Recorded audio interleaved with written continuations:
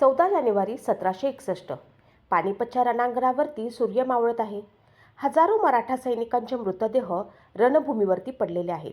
विश्वासराव पेशवे, सदाशिवराव भाऊ, इब्राहिम खान गारदी यांच्यासारखे पराक्रमी योद्धे हुतात्मा झाले आहेत. मराठा साम्राज्याची उत्तरेकडील उभारणी एका दिवसात कोसळल्यासारखे वाटत आहे. दिल्लीपासून अटकेपर्यंत ज्यांचा दरारा होता त्या मराठ्यांची प्रतिष्ठा धुळीस मिळाल्याची चर्चा सर्वत्र सुरू झाली होती.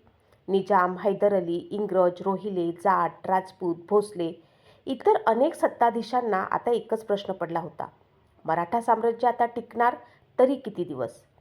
पण इतिहासाला वेगळंच काहीतरी मंजूर होतं. कारण या भीषण पराभवानंतर मराठा साम्राज्याला एक असा नेता मिळाला ज्यानं केवळ 11 वर्षाच्या कारकिर्दीत पराभूत साम्राज्य पुन्हा उभे केले. तो नेता म्हणजे श्रीमंत थोरले माधवराव पेशवे. 16 फेब्रुवारी 1745 सावनूर येथे माधवरावांचा जन्म झाला. त्यांचे वडील बाळाजी बाजीराव अर्थात नानासाहेब पेशवे आणि आई गोपिकाबाई. बालपणापासूनच त्यांना शस्त्रविद्या, घोडेस्वारी, प्रशासन, राज्यकारभार, धर्मशास्त्र याचे शिक्षण देण्यात आले. त्यांची बुद्धिमत्ता, स्मरणशक्ती, निर्णयक्षमता लहानपणापासूनच सर्वांच्या लक्षात येत होती. परंतु कोणीही कल्पना केली नव्हती की केवळ 16व्या वर्षी त्यांच्या खांद्यावर संपूर्ण मराठा साम्राज्याची जबाबदारी येईल. पानिपतच्या पराभवाचा धक्का नानासाहेब पेशव्यांना सहन झाला नाही. काही महिन्यातच त्यांचं निधन झालं. एकीकडे राज्य उद्ध्वस्त झालं होतं, खजिना रिकामा झाला होता, सरदारांमध्ये मतभेद झाले होते, तर दुसरीकडे शत्रूंनी डोके वर काढले होते. अशा वेळी अवघ्या 16 वर्षांच्या माधवरावांना पेशवेपद स्वीकारावं लागलं. वयाने तरुण असले तरी त्यांच्या मनात भीती नव्हती. त्यांना माहीत होतं की जर आता धैर्य दाखवलं नाही तर शिवाजी महाराजांनी उभारलेलं आणि बाजीरावांनी विस्तारलेलं साम्राज्य संपुष्टात येईल. मात्र बाहेरील शत्रू जितके धोकादायक होते त्यापेक्षा मोठा धोका घरातच होता. माधवरावांचे काका रघुनाथराव, ज्यांना राघोबादादा म्हणून ओळखले जाते, ते अनुभवी सेनानी होते. पानिपतपूर्व काळात त्यांनी उत्तर भारतात अनेक मोहिमा केल्या होत्या. त्यांना स्वतःला पेशवेपद मिळावे अशी इच्छा असल्यानं अनेक इतिहासकार नमूद करतात. त्यामुळे राज्यातील अनेक सरदार 2 गटात विभागले गेले. एक गट तरुण माधवरावांच्या बाजूने होता तर दुसरा रघुनाथरावांच्या बाजूने. सुरुवातीला माधवरावांचा स्वभाव अत्यंत धार्मिक होता. पूजा, जप, देवदर्शन यात त्यांचा बराच वेळ जात असे. पुढील काळात राज्यकारभाराला त्यांनी पूर्ण प्राधान्य दिलं. लोकपरंपरेत असा उल्लेख आढळतो की रामशास्त्री प्रभूने यांनी त्यांना राजधर्माची जाणीव करून दिली. या प्रसंगाचा ठोस समकालीन पुरावा उपलब्ध नसला तरी पुढील काळातील माधवरावांच्या कार्यातून हे स्पष्ट दिसते की त्यांनी वैयक्तिक धार्मिक जीवन आणि राजकीय जबाबदारी यांचा समतोल साधला. माधवरावांनी सर्वप्रथम राज्यातील शिस्त पुनर्स्थापित करण्याचं काम सुरू केलं. त्यांनी महसूल गोळा करण्यावरती भर दिला, सैन्याची पुनर्रचना केली, भ्रष्ट अधिकाऱ्यांवरती कारवाई केली, सरदारांना स्पष्ट इशारा दिला की राज्यापेक्षा कोणीही मोठा नाही. न्याय देताना ते नातेसंबंध पाहत नसत. म्हणूनच पुढे त्यांच्या न्यायनिष्ठेची ख्याती संपूर्ण देशभर पसरली. इतक्यात निजाम अलीनं मराठ्यांच्या दुर्बलतेचा फायदा घेण्याचा निर्णय घेतला. पानिपतच्या पराभवानंतर मराठे आता पूर्वीसारखे ताकदवान राहिले नव्हते असा त्याचा समज झाला होता. त्यानं मराठ्यांच्या ताब्यातील प्रदेश परत मिळवण्याचे प्रयत्न सुरू केले. काही मराठा सरदारांशी संपर्क साधून त्यांना आपल्या बाजूने वळवण्याचा प्रयत्न केला. परिस्थिती इतकी गंभीर झाली की निजामानं सैन्य पुण्याच्या दिशेने सरकू लागलं. त्यावेळी अनेकांना वाटलं की आता मराठे पुन्हा एकदा पराभूत होतील. पण माधवरावांनी शत्रूच्या अपेक्षेपेक्षा पूर्णपणे वेगळी चाल खेळली. त्यांनी फक्त संरक्षणात्मक भूमिका घेतली नाही तर थेट निजामाच्या प्रदेशावरती आक्रमण करण्याचा निर्णय घेतला. मराठा फौजा वेगानं पुढे सरकल्या आणि निजामाच्या मुलखात धाडसी मोहिमा सुरू झाल्या. त्यामुळे निजामाला पुण्यावरचा दबाव कमी करून स्वतःच्या प्रदेशाच्या संरक्षणासाठी परत फिरावे लागले. याच मोहिमेचा शेवट झाला राक्षस भुवनच्या ऐतिहासिक लढाईत. 10 ऑगस्ट 1763 रोजी गोदावरीच्या परिसरात झालेल्या या युद्धात माधवरावांच्या नेतृत्वाखाली मराठ्यांनी अत्यंत नियोजनबद्ध लढाई केली. निजामाचा दिवाण विठ्ठल सुंदर रणांगणात मारला गेला. त्यानंतर निजामाच्या सैन्याचा आत्मविश्वास ढासळला आणि अखेर त्याचा निर्णायक पराभव झाला. काही आठवड्यानंतर झालेल्या तहात मराठ्यांनी आपला गमावलेला प्रदेश पुन्हा मिळवला आणि निजामाला मराठ्यांचं वर्चस्व मान्य करावं लागलं. या विजयानं एक महत्त्वाचा संदेश संपूर्ण भारतभर गेला. पानिपतमध्ये पराभूत झालेले मराठे पुन्हा उभे राहिले आहेत आणि त्या पुनरुत्थानाच्या केंद्रस्थानी आहे एक तरुण पेशवा माधवराव पुढे. हैदर अलीच्या मोहिमा, रघुनाथरावांशी संघर्ष आणि मराठा साम्राज्याशी पुनरुत्थानाची आणखी रोमहर्षक कथा पाहूया. पानिपतच्या जखमा भरून काढण्याचं काम नुकतंच सुरू झालं होतं. राक्षस भुवनच्या विजयामुळे निजामाला धडा शिकवण्यात यश आलं होतं. पण दक्षिणेत आणखी एक महत्त्वाकांक्षी शत्रू वेगानं वाढत होता. म्हैसूरचा हैदर अली. मूळचा साधा सैनिक असलेला हा मनुष्य आपल्या पराक्रमाच्या जोरावरती म्हैसूरचा प्रत्यक्ष शासक बनला होता. त्याची महत्त्वाकांक्षा अफाट होती. मराठ्यांच्या कर्नाटकातील मांडलिकावरती तो सतत दबाव आणत असे. सावनूर, गुट्टी, चित्रदुर्ग, बेळगाव परिसरातील मराठा जहागीरदारांना त्रास दिला जात होता. खंडणी थांबवणे, मराठ्यांच्या हद्दीत घुसखोरी करणं, स्थानिक सरदारांना फितवणं अशी त्याची नीती होती. माधवरावांना हे स्पष्ट दिसत होतं की हैदर अलीला वेळीच रोखलं नाही तर दक्षिणेतील मराठा वर्चस्व धोक्यात येईल. 1764 पासून माधवरावांनी कर्नाटक मोहिमांची सुरुवात केली. त्यांनी स्वतः सैन्याचं नेतृत्व केलं. मराठ्यांच्या जलद घोडदळासोबत पायदळ आणि तोफदळातही योग्य वापर करण्यात आला. हैदर अलीला सरळ निर्णायक युद्ध देण्याऐवजी त्याच्या रसद मार्गावरती हल्ले, किल्ल्यावरती दबाव, सतत हालचाली करून त्याला थकवण्याची रणनीती अंबवली गेली. शिवाजी महाराजांच्या गनिमी तंत्राचा प्रभाव या मोहिमांमध्ये स्पष्ट दिसून येतो. या मोहिमांमध्ये माधवरावांनी अनेक महत्त्वाचे किल्ले प्रदेश पुन्हा मराठ्यांच्या प्रभावाखाली आणले. हैदर अलीला अनेक वेळा तह करण्यास भाग पाडण्यात आले. काही वेळा त्यांनी खंडणी देण्याचं मान्य केलं, परंतु संधी मिळताच तो करार पुन्हा मोडत असे.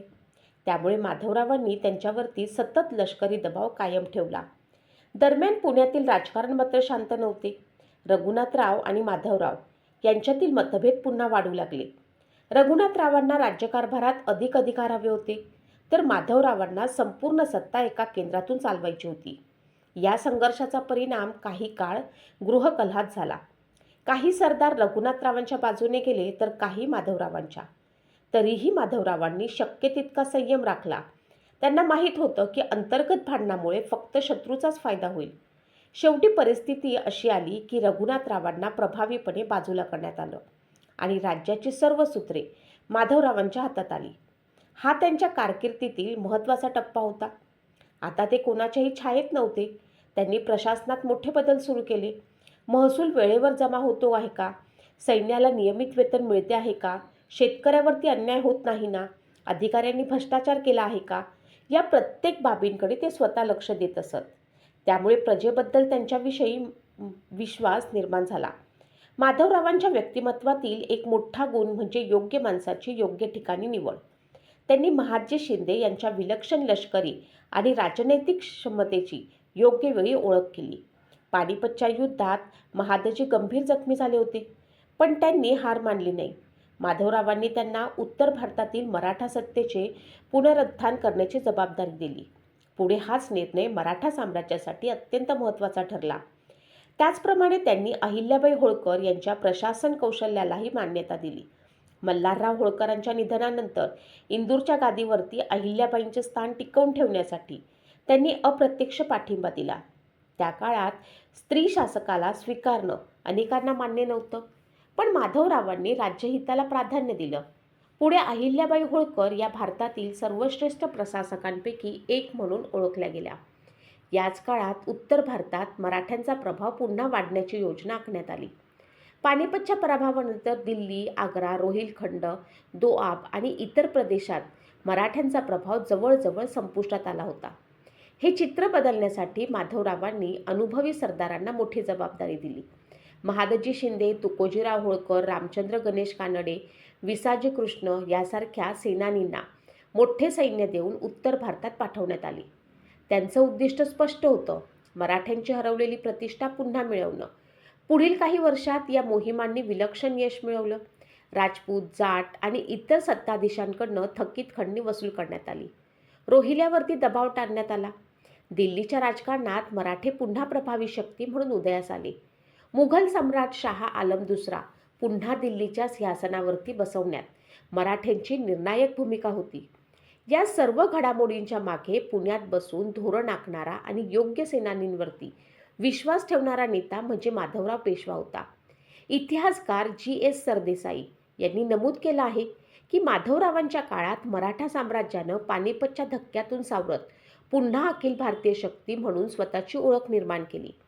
ही केवळ युद्धातील विजयाची मालिका नव्हती, तर ती एका सक्षम नेतृत्वाची, दूरदृष्टीची आणि शिस्तबद्ध प्रशासनाची फलश्रुती होती. मराठा साम्राज्याचे पुनरुत्थान आता केवळ दक्षिणेपुरते मर्यादित राहिले नव्हते. पानिपतच्या पराभवानंतर उत्तर भारतात मराठ्यांची जी भीती आणि प्रतिष्ठा संपल्यासारखी वाटत होती, ती पुन्हा निर्माण करण्याची वेळ आली होती. माधवराव पेशव्यांना हे चांगलेच समजले होते की जोपर्यंत दिल्लीवरती पुन्हा मराठ्यांचा प्रभाव निर्माण होत नाही, तोपर्यंत पानिपतचा कलंक पूर्णपणे धुतला जाणार नाही. म्हणूनच त्यांनी उत्तर भारतातील मोहिमांचा सर्वोच्च प्राधान्य दिले.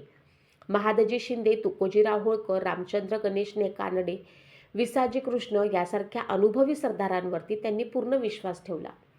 पुण्यातून स्पष्ट आदेश दिले गेले, मराठ्यांचे हरवलेले वर्चस्व पुन्हा प्रस्थापित करायचे.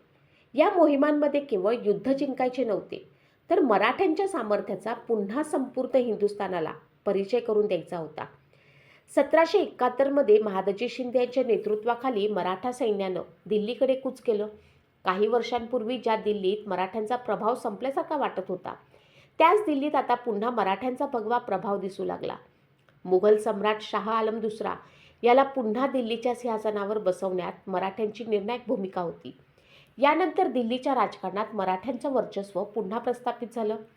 मुघल सम्राट नामधारी राहिला, पण प्रत्यक्ष प्रभाव मराठ्यांचा वाढला. पानिपतच्या युद्धात रोहिल्यांची अहमद शाह अब्दालीला दिलेल्या मदतीची आठवण मराठ्यांच्या मनातून गेलेली नव्हती. त्यामुळे उत्तर भारतातील मोहिमांदरम्यान रोहिल खंडावरती दबाव आणण्यात आला. अनेक ठिकाणी खंडणी वसूल करण्यात आली आणि मराठ्यांचं सामर्थ्य पुन्हा सिद्ध झालं. इतिहासकारांच्या मते या मोहिमांमुळे पानिपतनंतर खालावलेली मराठ्यांची प्रतिष्ठा मोठ्या प्रमाणात पुन्हा उंचावली. या सर्व यशामागे एक गोष्ट विशेष महत्त्वाची होती. माधवराव स्वतः प्रत्येक युद्धभूमीवरती उपस्थित नसले तरी संपूर्ण धोरण, सरदारांची निवड, रसद व्यवस्था, आर्थिक नियोजन, राजकीय निर्णय यांच्या नियंत्रणाखाली होते. ते आपल्या सरदारांवरती विश्वास ठेवत असत, पण त्यांच्या कामावर सतत लक्षही ठेवत. योग्य काम करणाऱ्याला सन्मान आणि चुकी करणाऱ्याला शिक्षा हा त्यांचा स्पष्ट नियम होता. माधवरावांच्या न्यायनिष्ठेच्या अनेक कथा प्रसिद्ध आहेत. प्रजा, सरदार, अधिकारी किंवा नातेवाईक कोणीही कायद्यापेक्षा मोठा नाही, ही त्यांची भूमिका होती. त्यामुळेच रामशास्त्री प्रभूने यासारख्या न्यायप्रिय व्यक्तींना त्यांच्या कारकिर्दीत मोठा मान मिळाला. प्रशासनात शिस्त, महसूल व्यवस्थेमध्ये सुधारणा, सैनिकांना वेळेवर वेतन, शेतकऱ्यांवरील अन्याय कमी करण्याचा प्रयत्न आणि भ्रष्टाचाराला आळा घालणं, यामुळे त्यांच्या राज्यकारभाराला स्थैर्य मिळालं. रघुनाथरावांच्या बाबतीतही माधवरावांनी अनेकदा संयम दाखवला. काकांबरोबर मतभेद असूनही त्यांनी सुरुवातीला समन्वयाचा प्रयत्न केला, पण जेव्हा राज्यहिताला धोका निर्माण झाला तेव्हा त्यांनी कठोर निर्णय घेण्यासही मागे पुढे पाहिले नाही. याच गुणामुळे अनेक सरदारांचा विश्वास त्यांच्यावरती बसला. रघुनाथरावांना महादजी शिंदे आणि अहिल्याबाई होळकर यांचा वाढता प्रभाव फारसा पसंत नव्हता, असे अनेक इतिहासकार नमूद करतात. मात्र माधवरावांनी व्यक्तीपेक्षा गुणवत्ता महत्त्वाची मानली. महादजी शिंदे यांच्यातील लष्करी आणि राजनैतिक क्षमता त्यांनी ओळखली. पुढे हाच महादजी शिंदे उत्तर भारतात मराठ्यांच्या पुनरुत्थानाचा प्रमुख आधार बनला. अहिल्याबाई होळकर यांनीही अप्रत्यक्ष पाठिंबा दिला. पुढे अहिल्याबाईंनी इंदूर राज्यात आदर्श प्रशासन उभे केले आणि भारतीय इतिहासातील सर्वश्रेष्ठ शासकांमध्ये त्यांची गणना झाली. पण नियतीला काही वेगळंच मान्य होतं. मराठा साम्राज्याला पुन्हा उभे करणारा हा तरुण पेशवा एका गंभीर आजाराशी झुंज देत होता. त्यांना क्षयरोग झाला होता. सततच्या मोहिमा, प्रचंड कामाचा ताण, प्रकृतीची घसरण यामुळे त्यांची तब्येत दिवसेंदिवस खालावत गेली. तरीही त्यांनी राज्यकारभार सोडला नाही. शेवटपर्यंत त्यांनी मराठा साम्राज्याच्या हिताचे निर्णय घेत राहिले. प्रकृती अधिक बिघडल्यावरती ते थेऊर येथे आले. श्री चिंतामणी गणपतीच्या सानिध्यात त्यांनी अखेरचे दिवस घालवले. 18 नोव्हेंबर 1772 रोजी वयाच्या केवळ 27व्या वर्षी या तेजस्वी पेशव्याचं निधन झालं. त्यांच्या मृत्यूची बातमी संपूर्ण मराठा साम्राज्यासाठी मोठा धक्का होती.